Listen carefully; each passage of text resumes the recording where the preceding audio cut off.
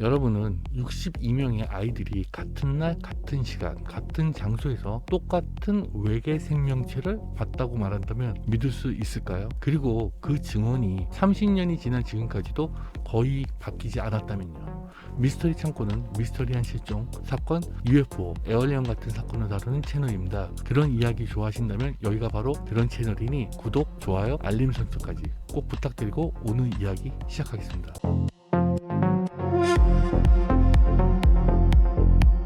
1994년 9월 아프리카 짐바브웨의 작은 지역 루아에서 UFO 역사상 가장 논쟁적이면서도 신빙성 있는 사건 중 하나가 발생합니다. 사건이 일어난 곳은 아리엘 스쿨, 이곳에서 12명의 아이들이 동시에 같은 것을 목격한다고 증언했습니다. 하지만 이 이야기는 그날 아침에서 시작된 게 아니에요. 사건이 있기 이틀 전 짐바브웨를 포함한 아프리카 남부 전역의 하늘에서 거대한 불덩이가 목격됩니다. 수백만 명의 사람들이 밤하늘을 가로지르는 이 밝은 빛을 보았고 국영방송국 GBC에서는 UFO를 봤다는 신고 전화가 빗발쳐요. 나중에 밝혀진 사실은 이것이 소련의 코스모스 위성 발사체 제니트2 로켓이 대기권에 진입하면서 발생한 현상이었다는 것입니다. 그러나 그 사실이 알려지기 전까지 짐바브웨 전역은 이미 UFO 열풍에 휩싸여 있었어요. 그리고 이틀 뒤인 94년 9월 16일 금요일 오전 10시 아리엘 스쿨에서는 모든 교사들이 회의에 참석 중이었고 운동장에는 약 250명의 아이들만 남아 자유롭게 놀고 있었어요. 그 순간 아이들은 이상한 소리를 듣습니다. 어떤 아이는 전기가 흐르는 벌떼 같은 소리였다고 기억했고 또 다른 아이는 날카로운 휘파람 소리 같았다고 말했습니다. 아이들이 소리가 나는 쪽으로 고개를 들을 때 하늘에서는 무언가가 내려오고 있었어요. 처음에는 몇 명만 그것을 보았습니다. 하지만 곧 더 많은 아이들이 운동장 가장자리에 몰려들기 시작합니다. 학교 경계 넘어 나무와 덤불이 우거진 빈터에 은빛이 반짝반짝 빛나는 물체가 내려오고 있었어요. 아이들의 증언에 따르면 그것은 둥근 원반 형태였고 나무 사이 땅 위에 분명히 착륙해 있었습니다. 그리고 가장 충격적인 순간이 찾아옵니다. 아이들은 그 물체 안에서 무언가가 나오는 것을 보았다고 말합니다. 키는 1m 정도, 검은 옷을 입고 있었고 피부는 창백하며 밀랍 인형처럼 보였다고 해요. 가장 공통적으로 언급된 특징은 크고 검은 눈이에요. 어떤 아이들은 공포에 질려 뒤로 도망치고 어떤 아이들은 호기심에 더 가까이 다가갔다고 해요. 일부 아이들은 울기까지 했고요.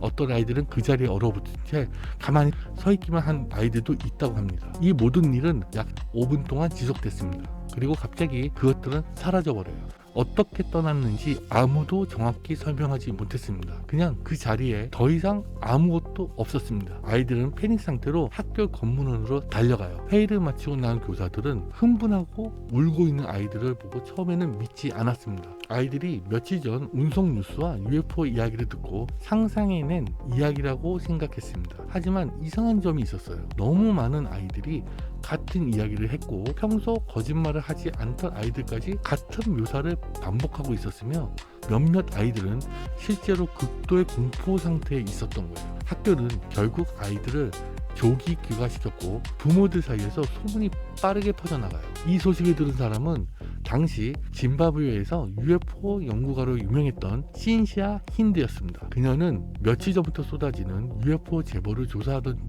중이었고 9월 20일 직접 학교를 방문합니다. 힌드는 아이들을 4명에서 6명 정도로 나누어 인터뷰했고 각각 자신이 본 것을 그림으로 그리게 했어요. 그리고 놀라운 일이 벌어집니다. 아이들의 그림이 너무나 비슷했던 거예요. 은빛 원반, 큰 눈의 존재, 위치와 거리까지 세부 묘사가 놀랄 만큼 일치했습니다. 이 사건은 곧 BBC의 관심을 끄는 곳 전쟁 지역 취재 경험이 풍부한 베테랑 기자 팀 리치가 학교를 방문해요. 그는 나중에 이렇게 말합니다. 전쟁터는 다룰 수 있었지만 이 사건은 도저히 다룰 수가 없었습니다. 너무 말이 안 됐거든요. 리치는 이 사건이 단순한 장난이나 집단 착각이 아니라는 느낌을 받았고 하버드 의과대학 정신과 교수 존 맥에게 연락합니다. 존 맥은 플리처상 수상자이자 저명한 정신과 의사였지만 당시 이미 UFO 외계인 납치 현상 연구로 학계에서 논란의 중심에 있던 인물이었어요. 1994년 11월 맥은 약 1000km를 날아 짐바브웨에 도착해 아이들을 직접 인터뷰합니다. 그리고 여기서 새로운 이야기가 등장해요. 아이들 중 일부가 그 존재로부터 텔레파시 메시지를 받았다고 말한 거예요. 기술을 남용하지 말라는 경고, 지구와 자연을 보호하라는 메시지. 하지만 이 지점에서 의문이 좀 제기돼요. 사건 직후 신시아 힌드의 인터뷰에서는 이런 메시지에 대한 언급이 전혀 때문이죠. 이 이야기는 사건 발생 2달 후 자한맥의 인터뷰에서 처음 등장합니다. 비판자들은 유도 지문의 가능성, 아이들 간의 기억 혼합, 당시의 사회적 분위기를 지적합니다. 일부는 이 사건을 집단 히스테리아로 설명합니다.